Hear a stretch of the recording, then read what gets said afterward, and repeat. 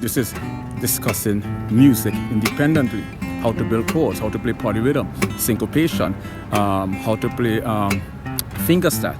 So I have a fundamental understanding of both fields simultaneously.